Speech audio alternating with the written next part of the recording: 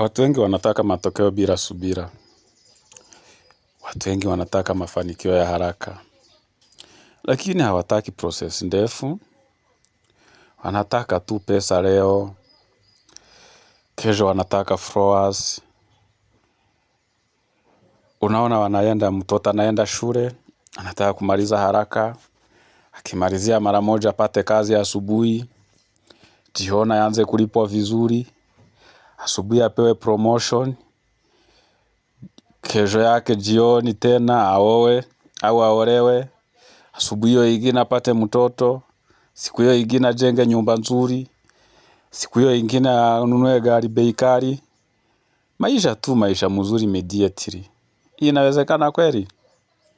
Lakini vitu vikubwa kuongea ukweli hujengwa pole pole. Hata zile miti mikubwa zinatoa mbao mingi, zinakuwa tu zilianza kama mbegu ndogo. Ukiona hujafanikiwa haraka, usiache tu, kwa sababu kusubiri ni sehemu ya mafanikio. Asanteni sana. Follow Akili na Pesa TV hapo. Ukitaka for more tips, unaweza enda kwenye YouTube channels. Bado ni Akili na Pesa TV by Dio. Asanteni.